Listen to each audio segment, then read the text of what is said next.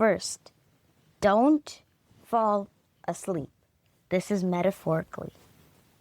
You can sleep. But don't fall asleep about what's happening. But don't learn too much, or you'll go insane. And we don't want that. And then talk to any youth you know, because they have wisdom. Oh, that's good. Wisdom. By Emma Sessoms. By Emma Sessoms. The bishop, Reverend Doctor.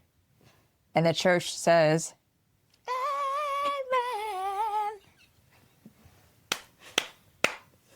Amen. Amen, y'all. Welcome to Living in 3D Power, a space where questions matter, stories heal, and joy is our practice.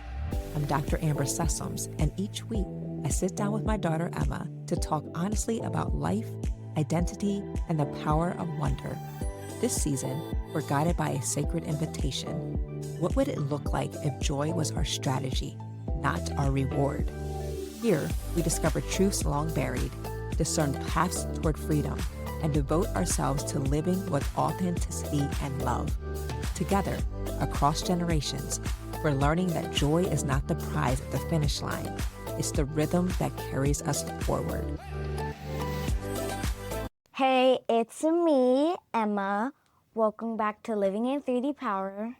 And today, we are going to be talking about MLK. Listen, put some respect on it. Reverend Dr. Martin Luther King Jr. So it's Martin Luther King Jr. Day as we're filming this. So besides having a day off from school, what's the importance of this day? About him. So celebrating his birth, and we made it a national holiday, but it took a lot of effort even to get it to be a national holiday.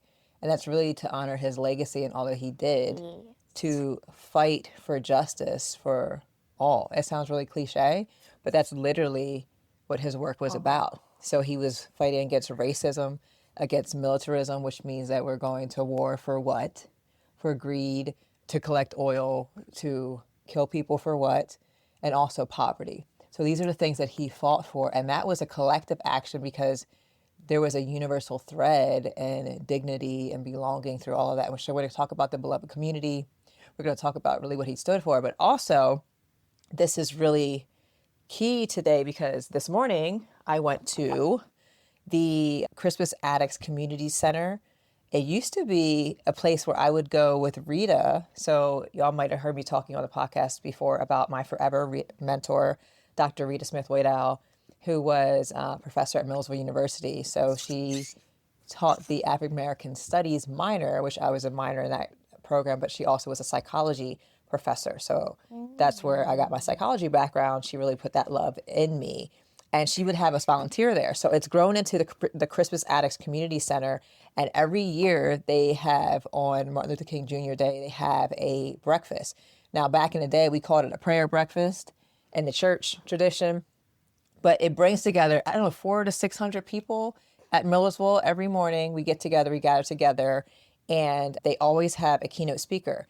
And this year, let me show you who the keynote speaker was. It was Mr. Frederick Joseph. I'm going to try to show you where his picture is. Y'all can't see this booklet, but I'll link the Crispus Attucks Community Center if you want to make a donation so you can learn more about their work.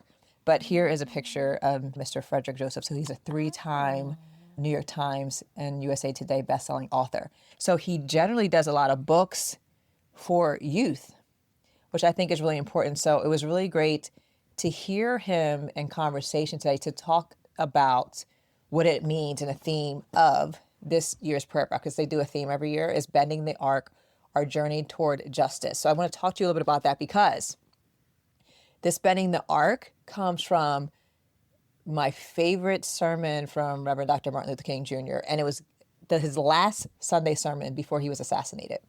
So, and it's called Remaining Awake Through a Great Revolution. And the reason I use this is because he talks about, like, something I've said years and years in my work is talking about we're so quick to go to sleep. And my job as a facilitator, as someone that's trying to raise consciousness in people, like make them understand what's going on in the world, and make them understand why they don't care or why they have been led to not care is you have been asleep and I have to wake you up. And I don't want you to fall back asleep, but some people have the privilege to go back to sleep. So he did this sermon, and there were some key points in here that I wrote down because I don't want to miss them. But the biggest thing is he talks about Rip Van Winkle.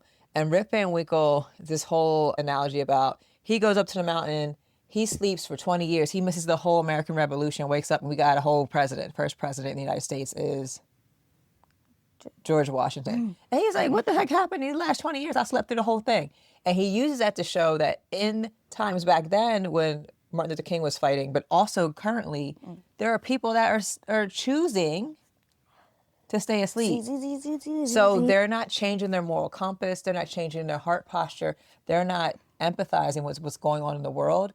And there's a choice in that. But it's like, how do you stay asleep through something that major that's happening in the world? So that leads us. He doesn't know. But that's the question, though. So are you saying Rip Van Winkle, he sleeps so soundly that he didn't know what was going on? A whole revolution, a whole war. Maybe it wasn't near him. He was in the mountains, sleep. Yeah, he probably couldn't hear it. So the analogy is, are there people today and what's happening today that are going up in the mountains, going to sleep? Sleeping for 20 years, 30 years, generations, and not seeing what's going on with their neighbor. So that's the thing. Right. So 2 decades, 20 years. So that's the whole point of what he's talking about. And he says he ends up sleeping through the whole revolution. And then what I love here is what he says. First, we are challenged to develop a world perspective. No individual can live alone. No nation can live alone. And anyone who feels that he can live alone is sleeping through a revolution. The world in which we live is geographically one. The challenge that we face today is to make it one in terms of brotherhood or sisterhood.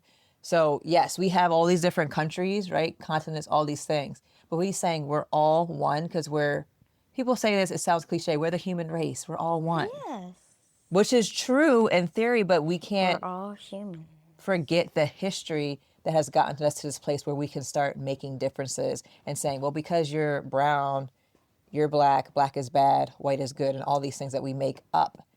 So if we got back to the origin of how we were created, yes, that is true. But society and the lies that we have been led to believe make us distinct and different and make us not be neighborly and loving. So what he's saying is he's contesting that and saying, like, wake up, y'all. Like, wake up. So he also talks about, so again, I talked about military, poverty was a big one for him. And something he talked about, you ever hear the term, like, pull yourself up by your bootstraps? So he was talking about that. Like, that means, What? if there's something you wrong, say? pull yourself up by your bootstraps. You said it too fast. I said it too fast. You're like, Pull yourself up by your bootstraps? Have you heard that before? No. So he's talking about pull yourself up by your bootstrap, which is a saying that, if you stop complaining and stop blaming other people for your problems or for you being in poverty or for you not having a job, get yourself together and do it yourself, because my ancestors did it. This generally comes from majority culture, white culture. That's like my ancestors come. So I had a conversation with a friend. She's like, but my ancestors came over here and they, were able to get land in the Midwest. And, we have now, this isn't how she phrased it, but they have generational wealth now. I remember when her grandmother died and she said something in passing. She's like, it's okay. I'm going to get another, share of the trust. And I was like, how did your family immigrated here? So something that happened back in that time period was the Homestead Act. And y'all might have to fact check me on that. My brain fog is kicking in. This perimenopause is getting me. It's okay. This country, Perry, calm down. Get out of my brain. This country did not want more people that look like us. So what they did was they said, oh, white people that are from other countries that look like white people in America, you can come over here. We'll give you land. We'll give you houses. We'll give you these things. And that helped build the wealth for what a lot of people have today. I have a question. Yeah. Isn't there like some black people that are like light-skinned and then like have like white hair and stuff? What's white hair? Like, you mean blonde hair or like straight hair like Graham? No, like they have like textured hair, but like they have like white hair and then like they're like light skinned. Do you mean that you talking about albino? Yeah. Where they lack pigmentation, they lack melanin? Yeah. That's true of any racial group. What if a person migrated to America and they wanted to buy a house? What would they think? What would people that are White. so come from where? So if people in America migrated to another country? No. If someone with our albino migrated to America, what would the white people think? Oh, yeah, that's a good. So what you're really testing the theory of like what is whiteness, who gets to call themselves white, who gets to say who's white and who's not white. That's a really interesting point because it actually reminds me of something, and I don't want to go too far down a rabbit hole, but I remember being in school and someone called Rachel Dolezal. Y'all might remember her, y'all, if you're listening. Rachel Dolezal was a white woman who had, I want to say she had a break, like a psychotic break. So her parents adopted, I want to say black boys. And I think herself, she ended up having black sons. But something happened when they brought these black boys into their house where she started believing that she was white. I think she was trying to connect with them.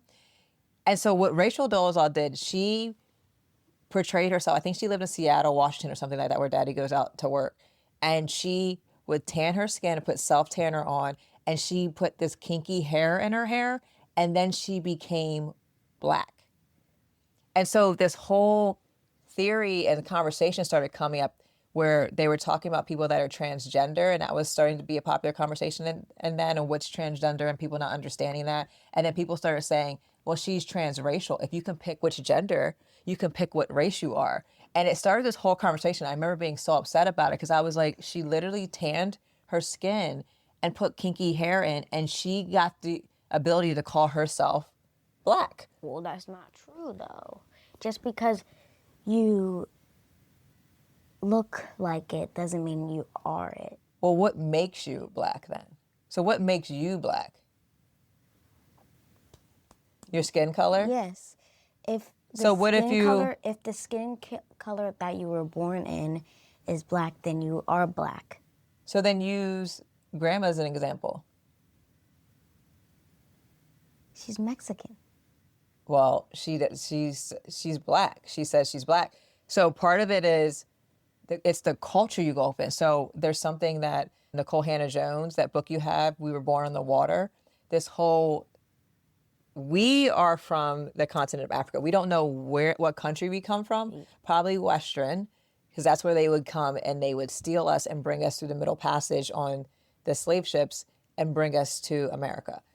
And so we are a culture that says we were born on the water because we were taken from our homelands. We had different languages and we had to learn to become a new people over on these shores. So this idea that you get to pick and choose isn't necessarily true for us. We had to choose like African American as our culture. So because yes, we have the skin color, but there are Asian people that have brown skin like us. There are Indian people that have skin like us or even darker hues. And they're not black, but we are black African American because of the culture and because of the shared experience, because we came from the Middle Passage and because we were enslaved. And that's why we are the culture that we are. It's not something we pick. So that got far off the track, but Rachel Dolezal was like, I'm going to be black today because I'm going to dye my hair. And so I'm going to put this kinky texture in my hair. So there's this thing that we have to be able to pick and choose what we are as a culture.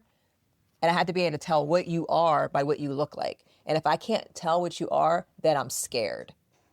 And that was a thing about the British and the Tea Party and all that stuff that came up where people were freaking out because they had these racially ambiguous babies. So going back to your original point, if I have lighter skin or straight hair, what even are you? So people that are mixed race have that issue a lot.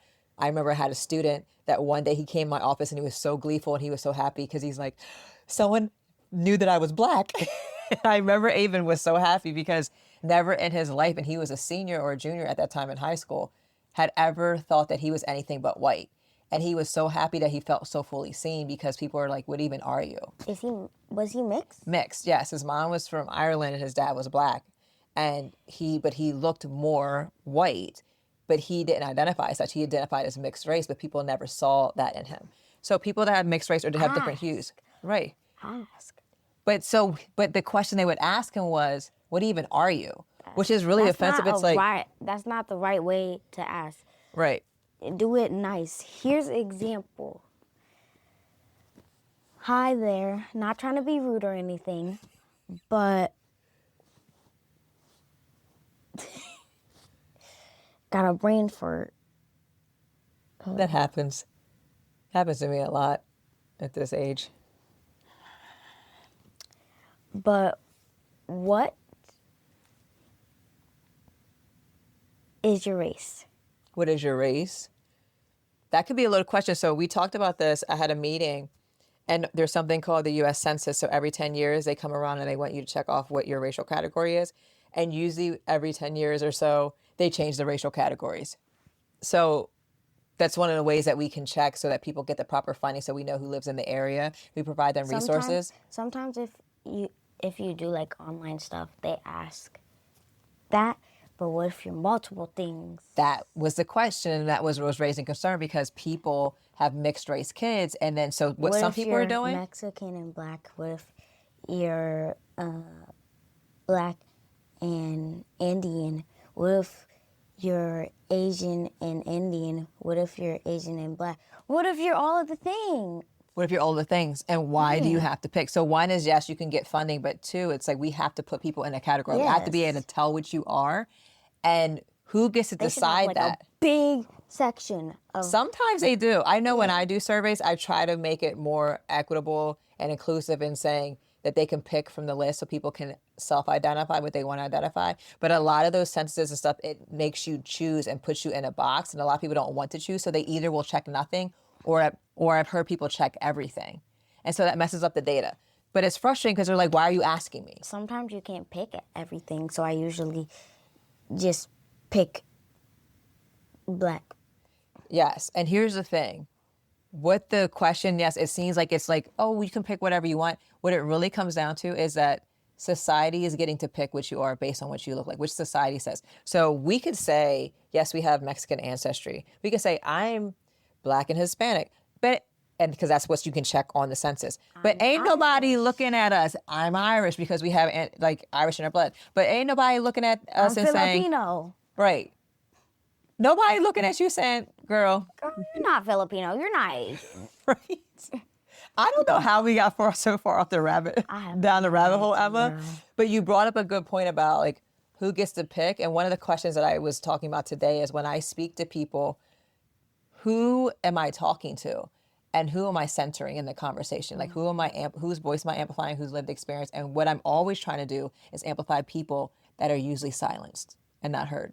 So there's people that look like us, people that have disabilities, people that have different backgrounds. They're like people that grew up in poverty, all these things. The people that are silenced and not heard, I want to amplify and center those voices. So we got off track. I really don't know how we got there. When I play this back, I'll be like, oh, that's how we got there. But anyway, y'all, this is sometimes what happens when we talk, and it's fine. But we were talking about, we didn't even get to the first question yet. Rip Van Winkle, the geography. Maybe that was it. And I think you went off down the rabbit hole because we started talking about geography and where people are located. Yeah. We were born on the water. All the things happen. But anyway, what he's saying is that we shall overcome because the arc of the moral universe is long, but it bends towards justice. I see you mocking me. I'm not. Bending the arc. I'm singing a song. She's already lost focus, y'all. Bending the arc, our journey toward justice was a theme for today's MLK breakfast. So I have some questions. We did have breakfast.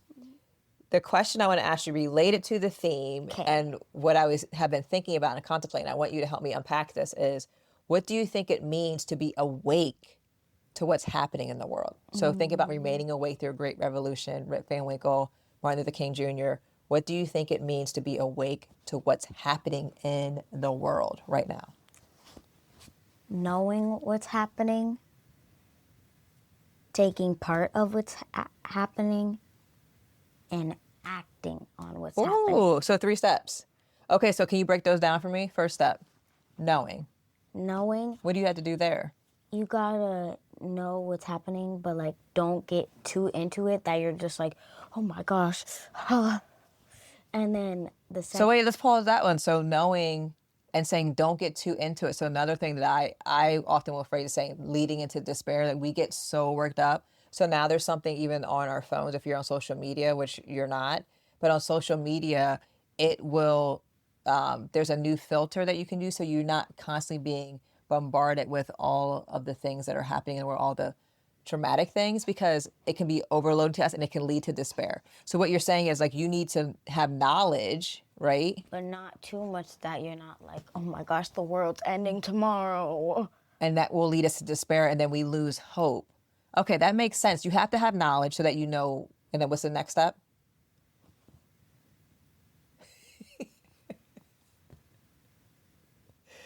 Girl, you're usually on. It's usually my brain that's foggy. What's happening? Oh my. No, knowing. The last part was acting. What's the middle one? Taking part. Taking part. Okay, break that down. Taking part.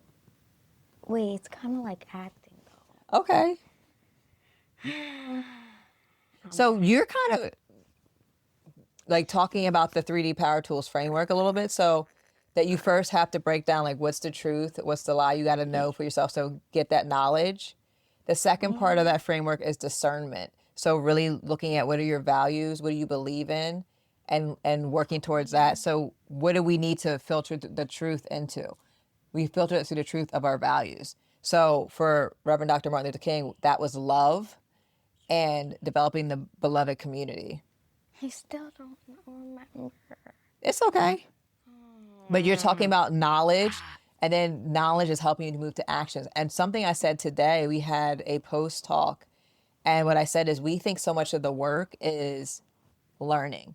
So 2020 was like we had the most recent racial reckoning. So after George Floyd, Breonna Taylor, Ahmaud Arbery were heinously murdered, and because we were during COVID, people didn't have any choice but to watch the news.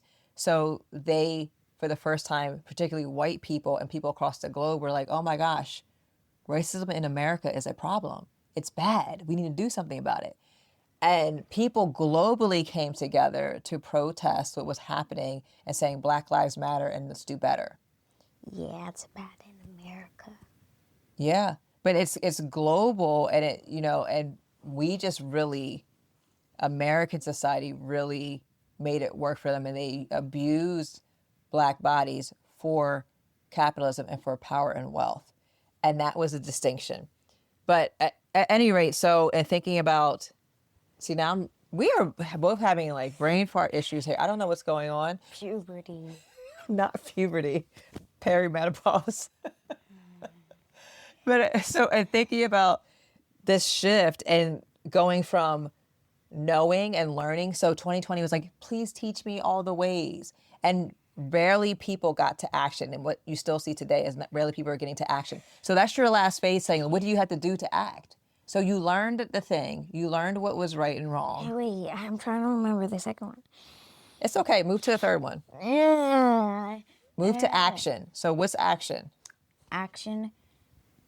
Wait, I remember the second one now. Okay. Taking part. I think.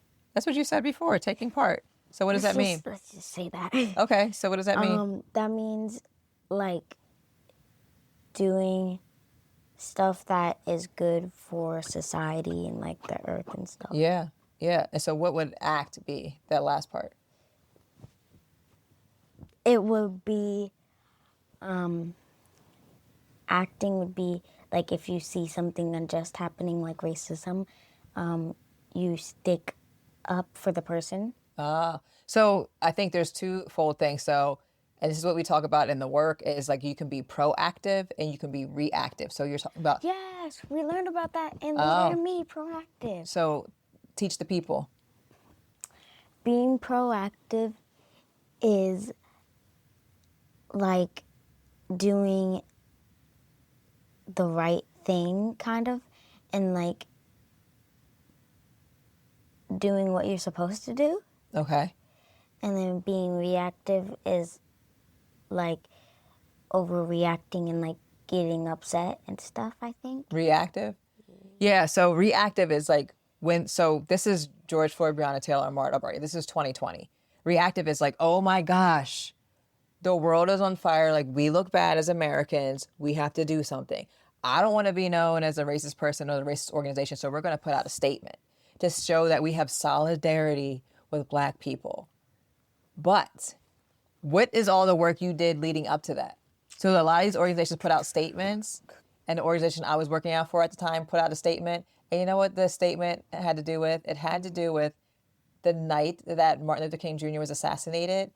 Robert Kennedy put out this statement because what they were trying to do, what they knew was going to happen is that particularly the Black community was going to like be upended, come apart, because how dare you kill our leader?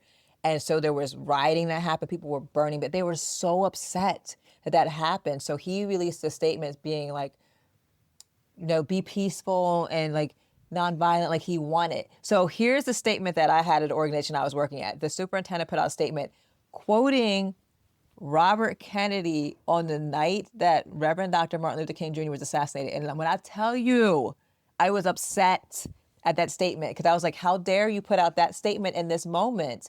And so many people that I work with that look like me were so upset because no one ever saw the pain that we were going through as Black people, as Black educators. Like, be calm. Be calm. But they couldn't understand the pain because, again, we talk about going back to our culture and what makes us Black. Make sure they can see your face. What makes us Black is that we have a shared experience, and some of that is rooted in trauma. But from that, we still have joy. We cultivate joy and love. So when someone in our community is murdered in that way, because it's happened historically, there's a through line to that, we take it differently. It's not just like, oh, well, you know, that was so sad that happened to someone, right? There's a through line. Think about Emmett Till and think about all those things. So people miss that. So I think about this remaining awake. It's that these people were waking up, but they were being reactive to what was happening, but there was no systems in place for them to be proactive before it actually happened. So here we are now, present day. We've swung the other direction, going back to being like, now we're in Trump era. Some people are calling it the Trump effect, right? Where we're in this era when I have to drive to the next town over and I go through a town where there's a sign that says, thank you, ICE. Trump was right about everything. Life-size cutout of Trump. There's all these things. One time I saw a cutout of Trump in a car, like a truck. Mm-hmm. So there's these messages that are showing that people are so divided and still going to align with someone that purposely and intently wants to harm people that don't look like them. And that's troubling, right? So this idea of what do you think it means to be awake, what's happening in the world, and how, so the follow-up I want to ask you is, how can you tell when people are pretending everything is fine? This child is tired. It ain't even late yet.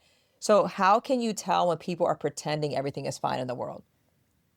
So there's a twofold. So are they pretending that everything is fine, or are they okay with what's happening right now in the world? Which one do you want to tackle? The people that think it's okay? Yes. Okay.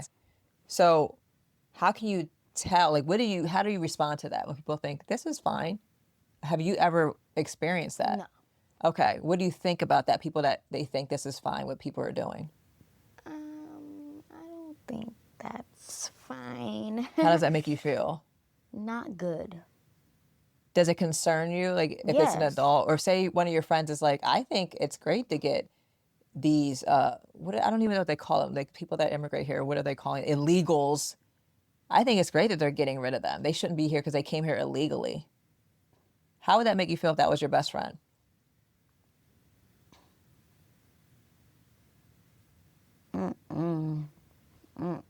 Would you have a response to that? Yes. What would your I'd response like, be?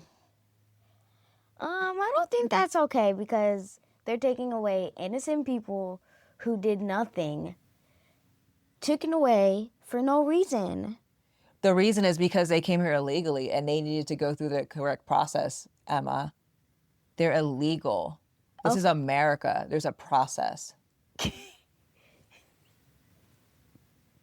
But think about it. These are the things that I've had to facilitate. What process? There's literally a process that you have to do to come. See, this is what he goes back to. Martin Luther King is going back to. This, we are one race, the human race, or this is a brotherhood, sisterhood, that we have all these barriers, but why do we have to have all of these processes? So yes, there are laws. If you want to come to America, just come. Like, it shouldn't be that hard. But there are rules. So this has been a long-standing thing with thinking about even when President Obama was president, people were saying, like, end it. You are the president. He's like, I don't have the power to do that. But collectively, we can do that. So that's the work. So let's move like towards the collective part of it. Okay, so like the second part I want to talk about is... I didn't finish it. Oh, okay. What else? I wouldn't be friends with that person, and I would never talk to them again. Why is that? Because if you think that that's okay, then if I get bullied, you might think that's okay. Okay, so if you have a mindset where you think people... Oh, yeah, that's okay. Do you think they're thinking it's... Okay, is there because you find similarity in the people that are being harmed, or just because you think that mindset leads them to think that it's something... Mindset. The mindset. So, I mean, I think that's a really good point. So what you're really saying, too, is I don't want to be in community to be friends with people. Girl, the yawns, though. I don't want to be in community with people that don't have the same values as me. Boring. Okay. Boring.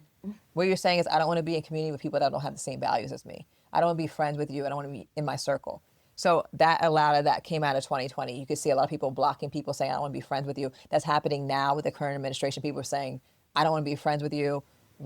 People are getting divorced. All the things are happening because this has brought to surface people's truths and what they believe in and the lies that they want to continue to hold. And some people are making finally a choice of saying, I can no longer participate in this. No. So there is some benefit to that. And one of the things that I said, I wrote a newsletter. Let me see if I have it.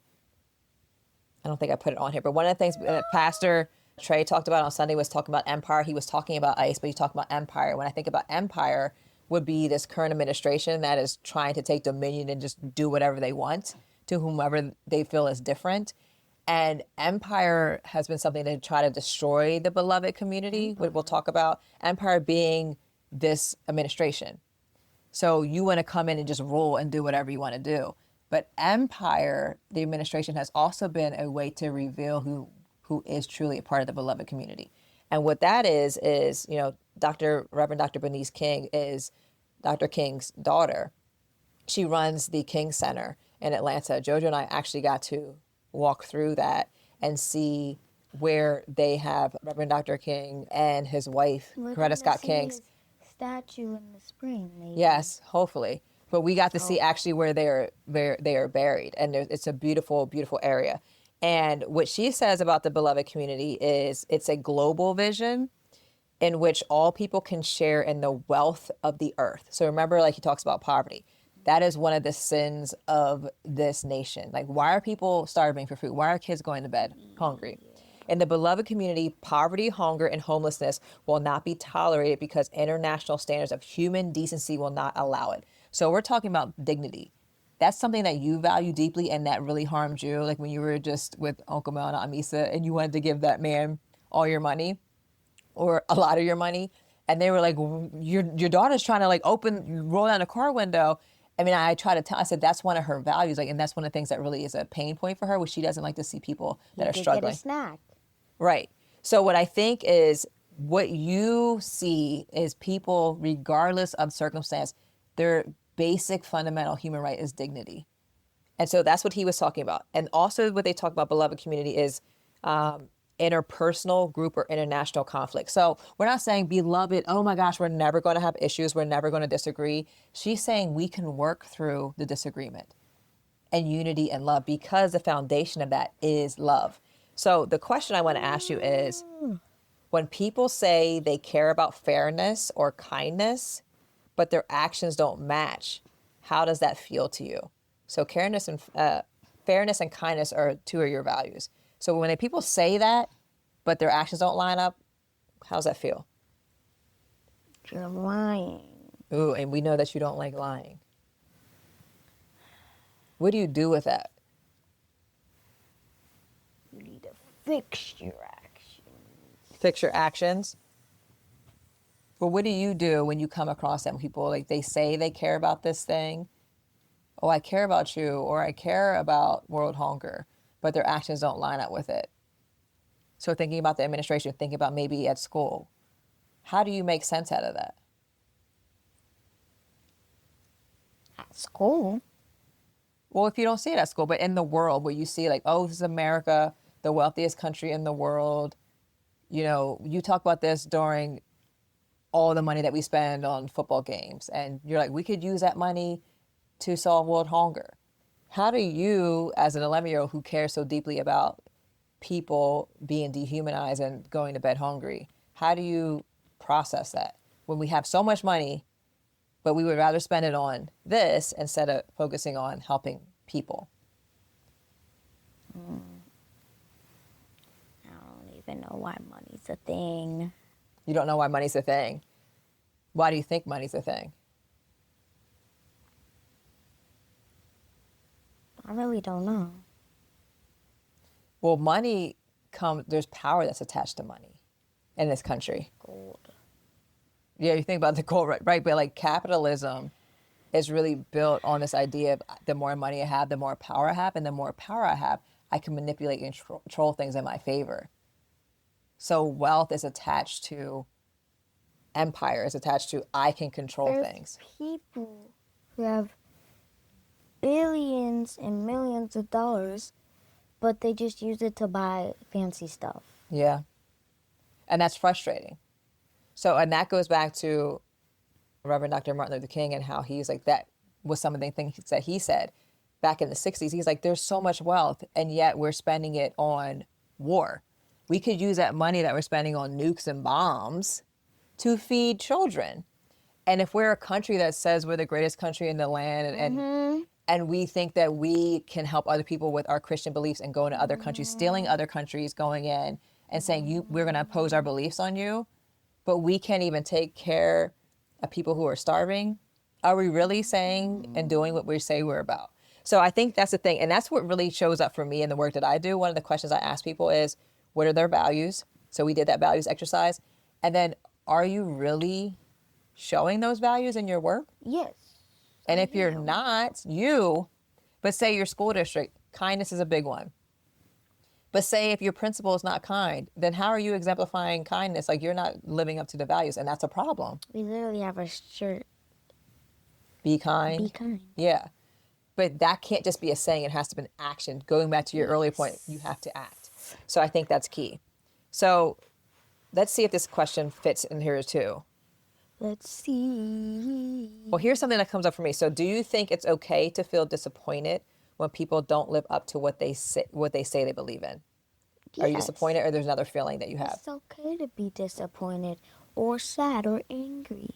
Well, what do you do with it? So say someone's like, well, I'm really disappointed. So for me, disappointed, I feel like a lot of people, adults, are experiencing, I won't even say just adults, children are experiencing that with our country, disappointed in what's happening in our country. Mm-hmm. And then that's to your earlier point about knowing and the knowledge that we gain so that we don't lead into despair. But what do you do with this disappointment? How do we act? But also, am I disappointed in myself because I think I should be doing more? Those are some things you have to unpack for yourself. So we're going to move to the third and final part of this and looking at Congressman John Lewis. So part that the Keynote brought up this morning, Mr. Frederick, he was talking about, first thing he did, he comes off the stage and he asked people, who's courageous enough to answer a question? It doesn't tell you what the question is. It's like crickets. There's 600 people in here. Guess who's raising their hands? Kids. Why do you think kids are raising their hands and not the adults in the room? Because they wanna be cool. They're courageous. They're courageous. And you talked about this before about that you are not afraid to say the things. Mm-hmm. And you said, right, don't be a robot. Maybe talk about adults being robots. Yeah. So he talked about it as well. And like there was a quick awareness for me in saying like all three people that you picked that raised their hand were youth. And they stood bold. They didn't know what the question was going to be, but they stood boldly and they answered it courageously and with a level of wisdom that we often bypass in youth. We don't ever go to them. So what he said was getting in good trouble. was really one of his premises in saying, like, what are we doing to get in good trouble? So he asked a question,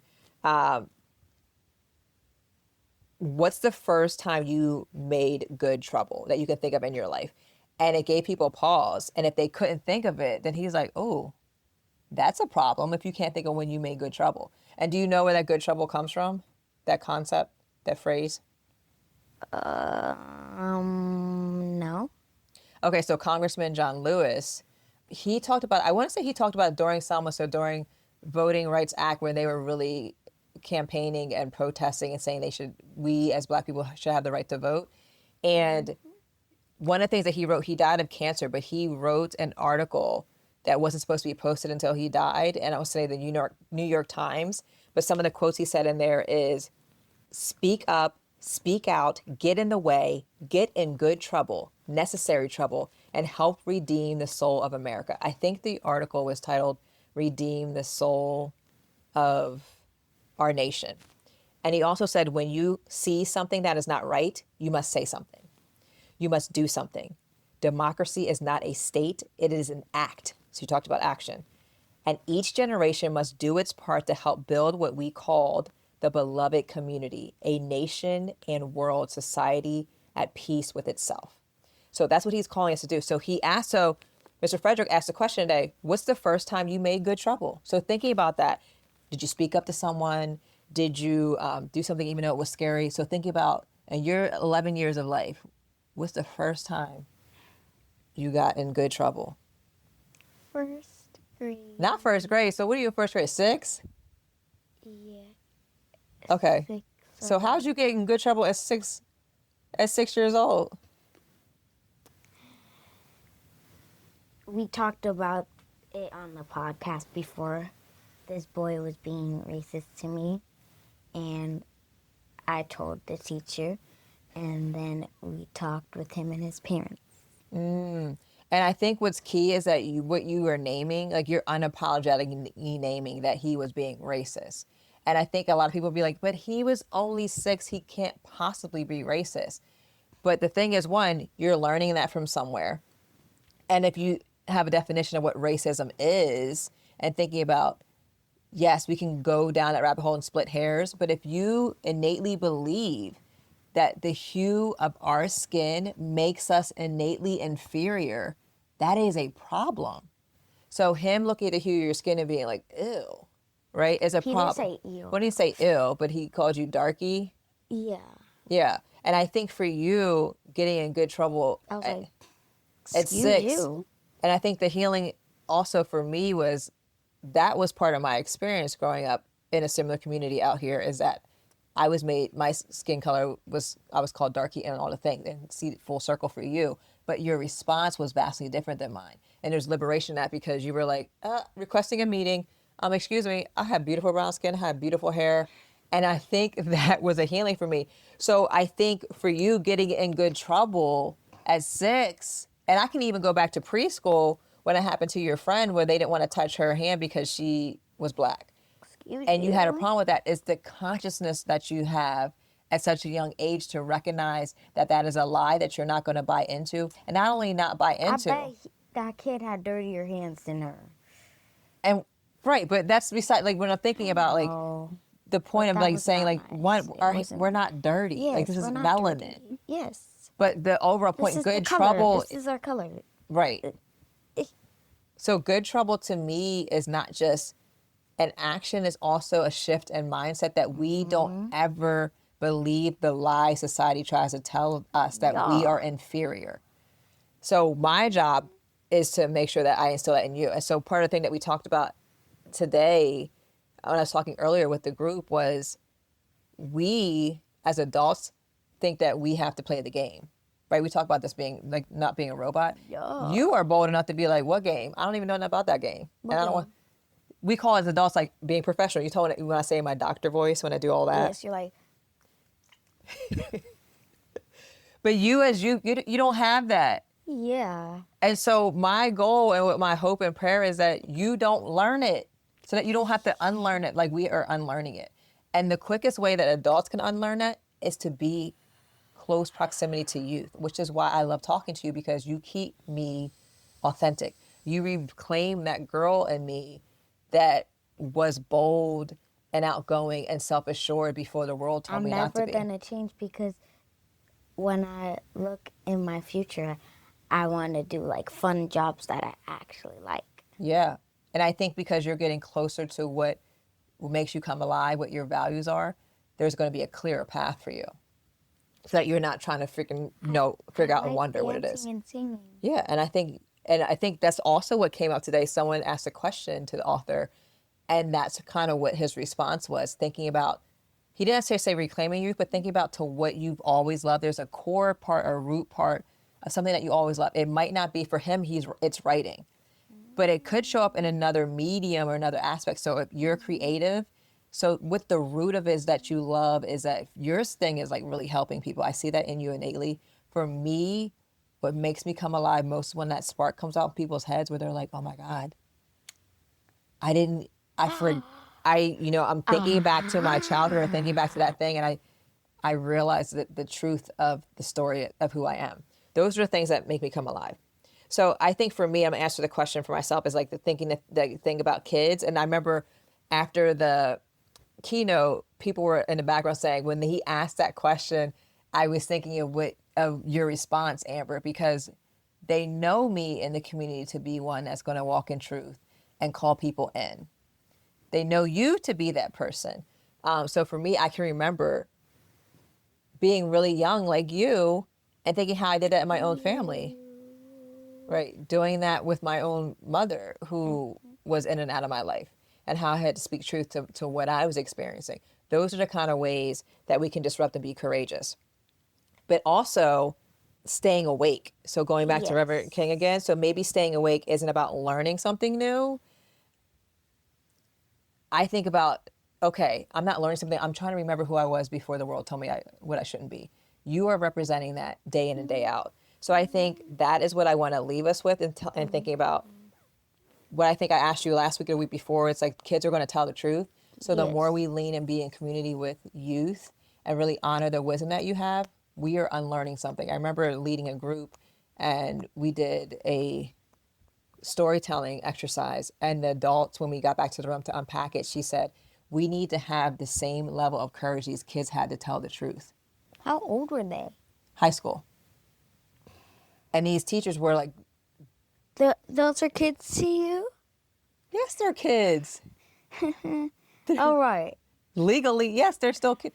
Frontal lobes don't develop until you're 25. So the part of your brain that's executive function that kind of controls you making smart judgments and not being impulsive or distracted doesn't develop till you're 25. So there's a part of that too. But legally in this country, 18 is an adult. Yes. Right. So these are still high school students. Like Maya is 16. She's in high school. She's not an old adult. compared to me. Well, she's compared to you, but she's still a kid. So so I think that's my thing. If there's an action, it's that how do we be in closer proximity to youth and really honor the wisdom you have and unlearn the crap that tells us to keep sleeping.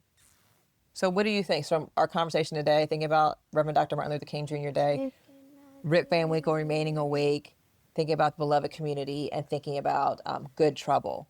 Putting that all together, do you have some chicken nugget wisdom to leave us with? Do you have a benediction, Reverend Doctor Emma Sessoms? So the church can say amen and amen and amen. Okay, got it. First, don't fall asleep. This is metaphorically. You can sleep. But don't fall asleep about what's happening. But don't learn too much, or you'll go insane. And we don't want that. And then talk to any youth you know, because they have wisdom. Ooh, that's good. Wisdom. By Emma Sessoms. But Emma says, the bishop, Reverend Doctor. And the church says,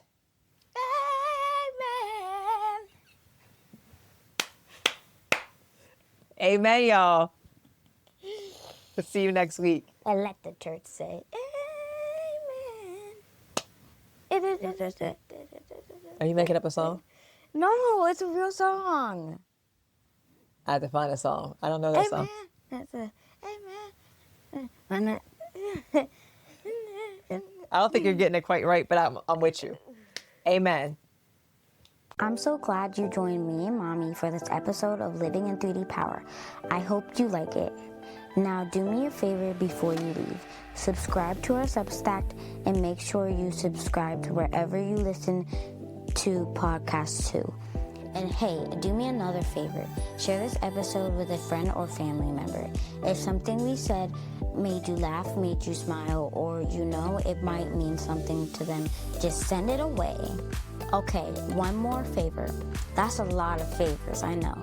Head over to the comments on our social media. Tell us what made you say, "That's deep, bro." Because your words encourage other people and they encourage us too. See you next time. Bye.